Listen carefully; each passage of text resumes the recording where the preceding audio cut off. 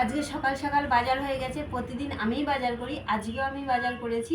আজকের দিনটা খুব স্পেশাল, তো আজকে আমার বড় মেয়ের জন্মদিন।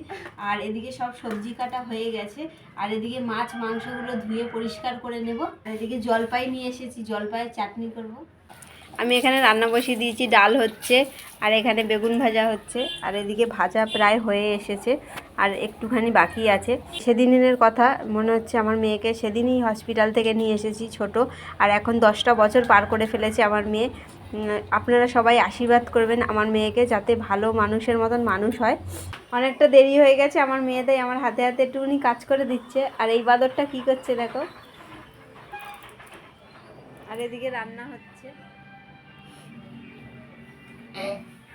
মাম্মাম বলো তো আমি কি রান্না করেছি? হ্যাঁ, আলু ভাজা করেছি। হ্যাঁ, আর কি তরকারি করেছি? মাংস করেছি।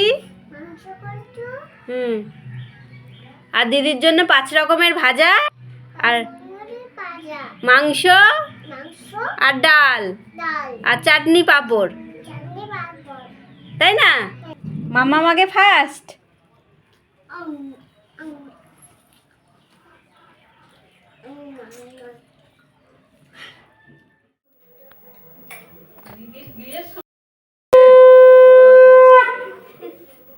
দিদি আগে খা, তারপর তুই খাবি।